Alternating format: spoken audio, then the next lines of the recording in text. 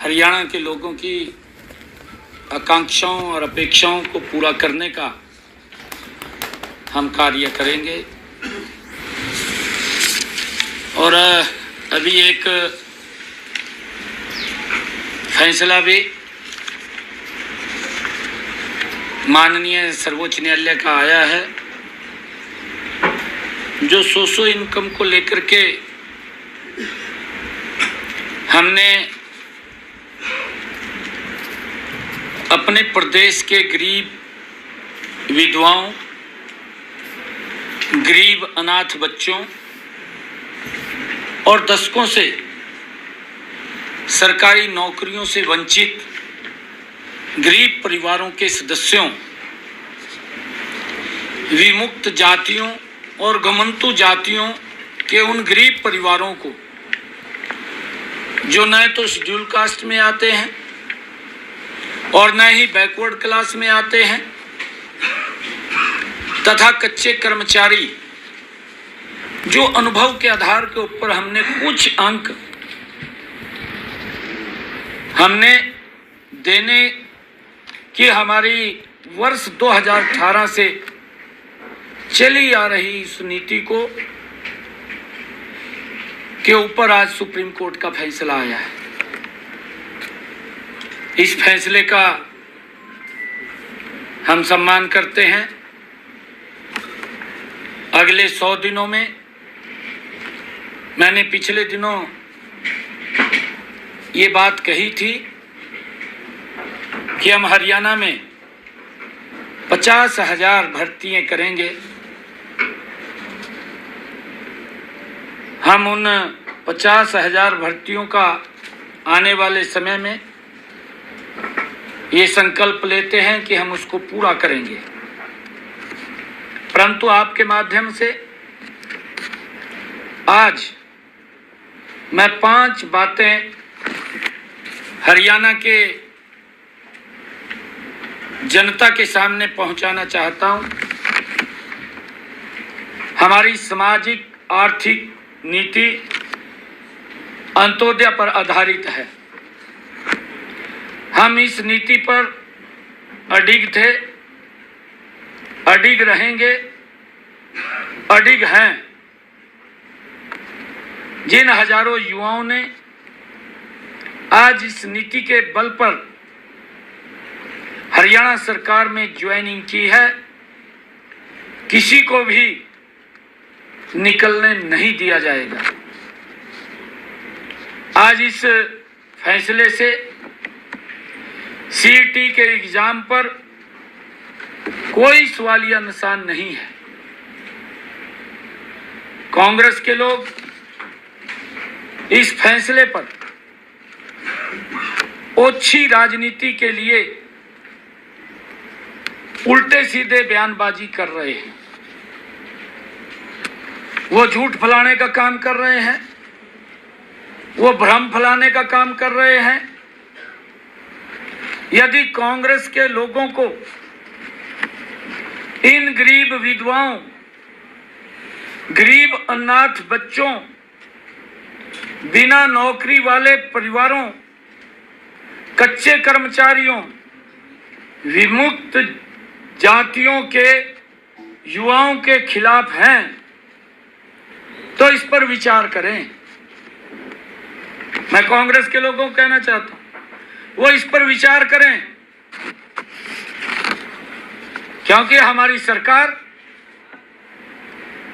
गरीबों के हकों के लिए लड़ रही है। हम इनको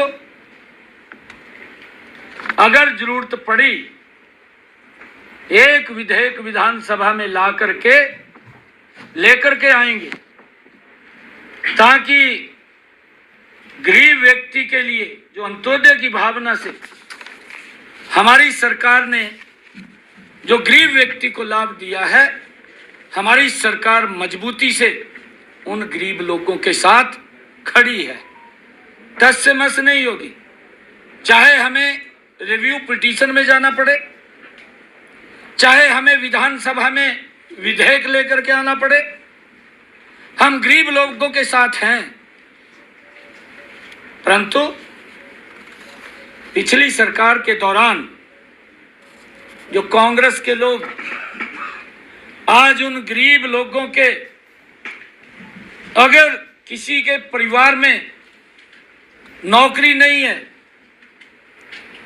परिवार गरीब है, अनाथ है, माँ बाप नहीं है,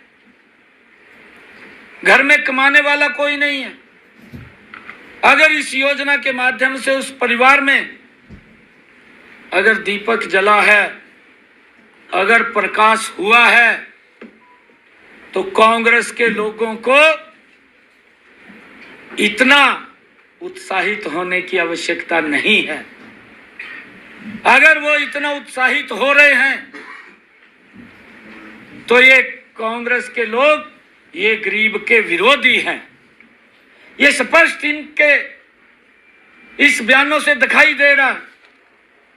मैं उनको आईना भी दिखाना चाहता हूं, जो लोग ट्वीट करके बात करते हैं, जो लोग इस फैसले के ऊपर भ्रम की स्थिति पैदा कर रहे हैं। इनकी सरकार में सरकारी नौकरियों लेने के अंदर भाई भतीजावाद एकदम सर उठा करके दिखाई देता था। क्षेत्रवाद, जातिवाद का बोलबाला था। यह कांग्रेस की सरकार के अंदर था। नौकरियों की बोली लगती थी। जिनके पास ज्यादा पैसा होता था या जितनी ज्यादा पहुंच होती थी, उसी को ही नौकरी मिलती थी। इससे योग्य युवाओं में हताशा और निराशा ये कांग्रेस के समय में युवाओं के अंदर पनप गई थी। युवा पढ़ने के तरफ नहीं, इनके चक्कर काटने में लगा रहता था। माँ बाप भी इनके चक्कर काटने में लगा रहता था और अपने पड़ोस गांव के लोगों को भी लेकर के इनके चक्कर काटता रहता था कि हमें नौकरी मिल जाए। ये हालात इनके समय के अंदर था। परंतु गरीब व्यक्ति को, जिसके पास पैसा नहीं होता था, बहुत सारा बड़ा वर्ग एक ऐसा था जिसके पास देने के लिए वोट तो थी, परंतु इनके पास उनको देने के लिए नौकरी नहीं थी।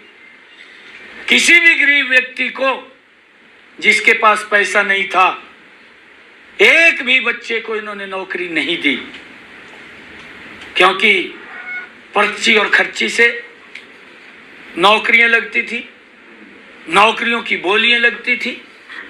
गरीब व्यक्ति की पहुंच से नौकरियां दूर थी। परंतु अगर आज हम देखें, हमने योग्यता के आधार पर बिना पर्ची, बिना खर्ची के 1,32,000 नौकरियां देने का काम किया है। 1,32,000। जो लोग ट्वीट करके वाहवाही लूट रहे हैं, उन गरीबों का अपनी सरकार के अंदर तो मजाक करते थे। अगर हमने उनको कहीं गरीब व्यक्ति की हमारी सरकार ने चिंता की है, गरीब व्यक्ति के साथ हमारी सरकार खड़ी है, तो उसको लेकर के भी इनके पेट में दर्द हो रहा है। हमारे युवाओं में आज एक नई आशा और विश्वास का संचार हुआ है। वे नौकरी पाने के लिए किसी नेता की दहलीज के ऊपर हाथ नहीं फैलाना पड़ता। आज अपना स्वाभिमान से सर ऊंचा करके मेरा युवा आज हरियाणा सरकार की नौकरी ले रहा है। यह विश्वास जगाया है। पहले तो वो सिफारिश ढूंढते थे और आज लाइब्रेरी ढूंढते हैं। ये अंतर कांग्रेस की सरकार में और हमारी सरकार के अंदर आया है। और मैं ये भी बताना चाहता हूं कि हमारे हाई कोर्ट की डबल बेंच ने भी 7 दिसंबर 2018 को माननीय उच्च न्यायालय ने सरकार के सामाजिक आर्थिक आधार पर हमने जो 5 अंक दिए थे, जिसका प्रावधान किया था, उसकी सराहना भी की थी। ये हाई कोर्ट ने की थी। मैं बताना चाहूंगा कि हमने अंत्योदय के संकल्प को पूरा करने के लिए कमजोर वर्ग के 5 अतिरिक्त अंक देने की नीति 2018 के अंदर ये हमने बनाई थी और इस नीति के कारण हजारों गरीब युवाओं तथा कच्चे कर्मचारियों को पक्की सरकारी नौकरी मिली है। इससे आहत होकर के कांग्रेस द्वारा प्रायोजित भर्ती रोको गैंग समय समय पर इस नीति के रास्ते में रोड़े अटकाता रहा है।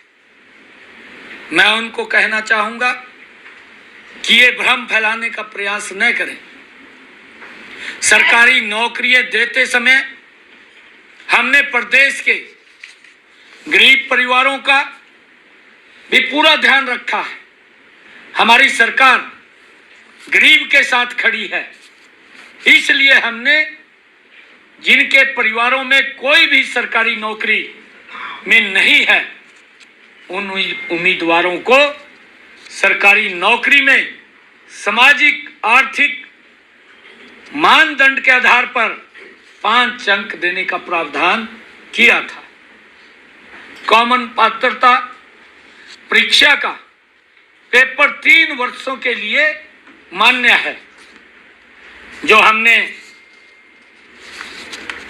पेपर सीईटी का लिया, उस सीईटी के अंदर ये हमारे कांग्रेस के एक ऐसे नेता हैं जिसको जानकारियां भी अधूरी रहती हैं और वो एकदम से कोई भी निर्णय आता है, उस निर्णय की जड़ों में जाने की बजाय तुरंत एकदम भ्रम की स्थिति और झूठ फैलाने का काम करता है। और उस व्यक्ति ने, मैं हैरान इस बात से हूं कि वो बुद्धिजीवी भी बनता है, परंतु किस प्रकार से वो एकदम से उतावला हो जाता है। मैं तो ये कहना चाहूंगा कि कांग्रेस की सरकार ये अपने गिरेबान में झांक करके देखे अपने समय के कार्यकाल को, जिस कार्यकाल के अंदर वो मंत्री भी रहा है, जिस कार्यकाल में इस विधानसभा का सदस्य भी रहा है। ट्वीट करके सुरजेवाला साहब ने ये आरोप लगाए हैं। उन्होंने कहा कि ग्रुप डी में 13,50,000 अभ्यर्थियों ने रजिस्ट्रेशन किया और जिसमें 13,657 कुल पद थे। बिल्कुल ठीक कहा, हम इसका विरोध नहीं कर रहे हैं, परंतु मैं उसको बताना चाहता हूं कि 13,50,000 अभ्यर्थियों ने इसमें रजिस्ट्रेशन किया।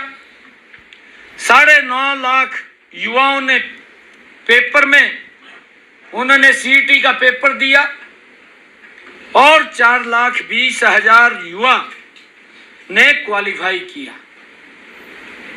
जो मैंने कहा है कि वो 3 वर्ष के लिए मान्य है और इस पेपर में कोई भी सोर्स ऑफ इनकम का सवाल ही नहीं है। सीईटी से ही हम अगर किसी डिपार्टमेंट के अंदर कहीं आवश्यकता पड़ती है तो हम इसी सीईटी से जिन्होंने क्वालिफाई किया है, इसी से उठा करके ही उन बच्चों को रजिस्टर करने का काम करते हैं।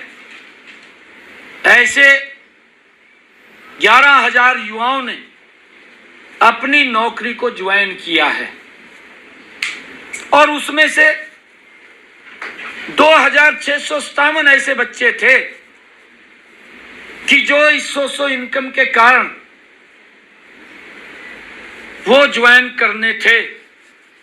परंतु अभी हमने इन बच्चों के रिजल्ट को रोका हुआ था, हमने उनको ज्वाइन नहीं किया।